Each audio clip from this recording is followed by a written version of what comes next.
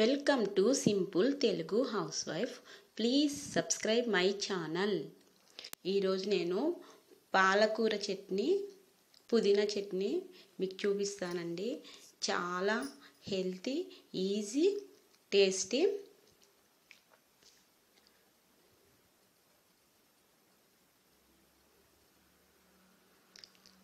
కావలసిన పదార్థాలు: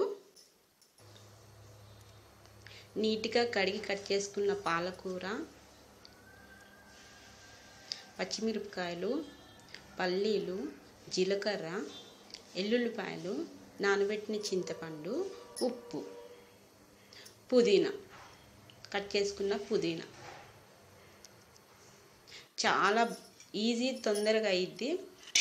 ఫస్ట్ కళాయిలో పల్లీలు వేయించేసుకొని పక్కకి ఒకే కళాయిలో మొత్తం అంతా అయిపోతుంది.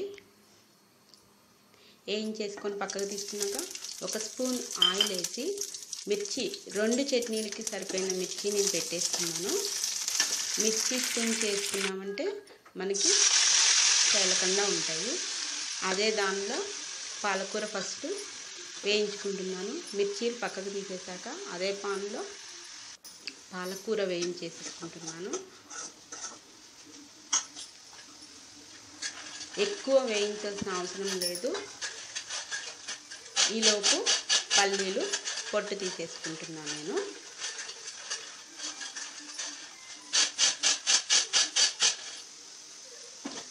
చాలా టేస్టీగా ఉంటుందండి, బాగుంటుంది. ఇదిగోండి, ఇలా మరి ఎక్కువ వేయించకూడదు. ఒక్క స్పూన్ అదే పాన్లో పుదీనా కూడా వేయించేసుకుంటున్నాను. 2 చట్నీలు చాలా ఈజీగా, తొందరగా అవుతాయి. టేస్టీ కూడా ఉంటుంది.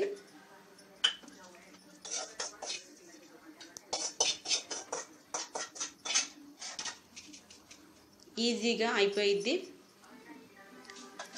పొద్దున్న మనకు హడావుడి కాకుండా ఇది తొందరగా చేసేసుకున్నామంటే అయిపోయిద్ది.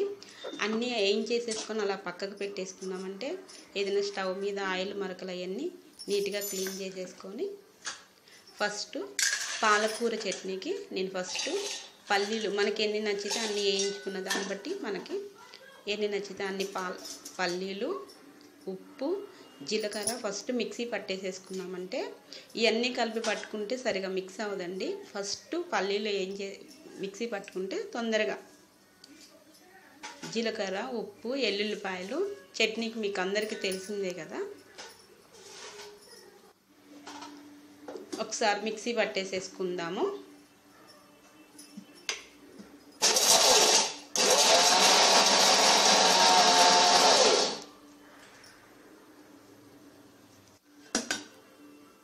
మిక్సీ పట్టుకున్నాక కొంచెం వేయించిన పాలకూర కూడా వేసేసేసి 2 కలిపి మిక్సీ పట్టుకున్నాము. ఇంకోసారి మిక్సీ పట్టేసేసుకున్నాక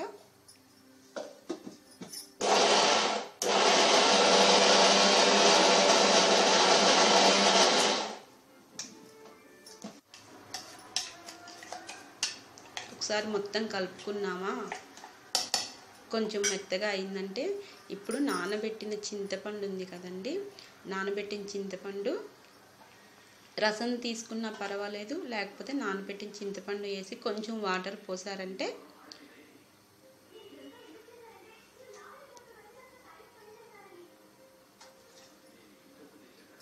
ఇంకొకసారి మిక్సీ పట్టేసుకుంటే అయిపోయినట్టే పచ్చడి. సేమ్ పుదీనా కూడా సేమ్ ఇలాగే చేశాను. తర్వాత కళాయిలో 2 చట్నీలకి కావలసిన పోపు పెడుతున్నా నేను. కొంచెం ఆవాలు, జీలకర్ర, ఎండుమిరపకాయలు కూడా వేసుకోవచ్చు. ఎండుమిరపకాయలు అయితే నేను వేయటం లేదు. ఆవాలు, జీలకర్ర చాలు. కరివేపాకు కూడా వేసుకోవచ్చు. ఇలా 2 చట్నీలు మనం మిక్సీ పట్టేసుకున్నాక ఒకేసారి వేసేసుకున్నామంటే 2 చట్నీలు రెడీ అయిపోయినట్టే. చాలా హెల్తీ, టేస్టీ. ఆకుకూరలు సరిగా తినని వాళ్ళు తినచ్చు. Thank you for watching.